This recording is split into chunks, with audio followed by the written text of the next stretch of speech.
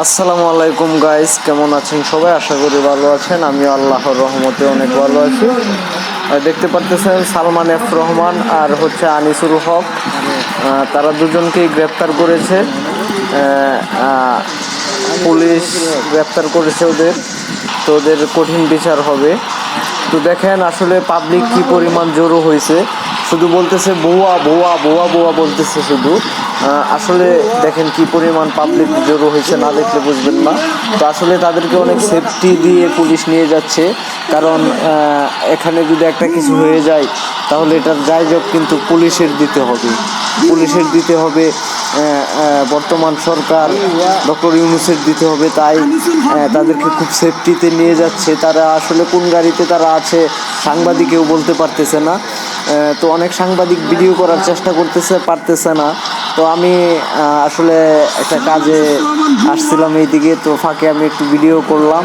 তো সবাই ভিডিওটা লাইক করবেন, শেয়ার করবেন, আর অবশ্যই চ্যানেলটা সাবস্ক্রাইব করবেন। নতুন নতুন ভিডিও পেতে সবাই বেল আইকনটি বাজিয়ে দিবেন। তো আমি আসলে বেশি আপনাদেরকে দেখাতে পারতেছি না বলতে এরকম মানে কেউই দেখাইতে পারে নাই। এখান থেকে নিয়ে গেছে আসলে কেউই দেখাইতে পারে নাই উঠে নিয়ে যাওয়ার সময়। তো সবাই ভিডিওটা বেশি বেশি শেয়ার করে দিবেন। দেখেন আসলে ছাত্র জনতা কি না পারে, ছাত্র জনতা পুরা বাংলাদেশটাকে বদলে দিয়েছে। ছাত্র জনতার কারণে অনেক অনেক লোক মুক্তি পেয়েছে আয়নাগরের মতো কারাগার থেকে।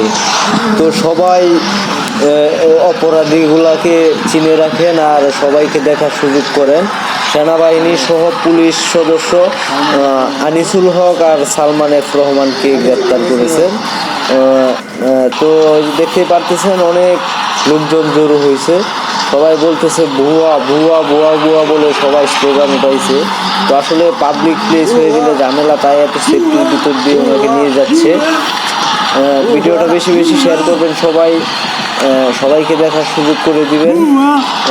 তো দেখেন আসলে সালমান এফ রহমান নাকি এখানেই আছে, আসলে আমিও বলতে পারতেছি না এখানে আছে না নাই। অবশ্যই থাকতে পারে, যেহেতু এত লোক জড়ো হয়েছে অবশ্যই আছে। তো ওনাকে অনেক সেফটির ভিতর দিয়ে নিয়ে যাবে। এই যে দেখতে পারতেছেন এখানে সালমান এফ রহমান খুবই সম্ভবত আছে, কোন গাড়িটাতে উঠাবে নিয়ে আসলে সঠিক বলতে পারতেছি না। তো কোন গাড়িটাতে যে নিয়ে যাবে আসলে সাংবাদিকরাও তা টের পাবে না।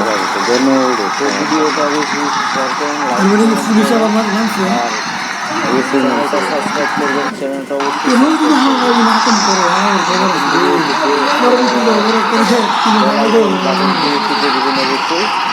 থ্যাংক ইউ, ভালো থাকেন সবাই, সবার জন্য শুভকামনা। বাংলাদেশ।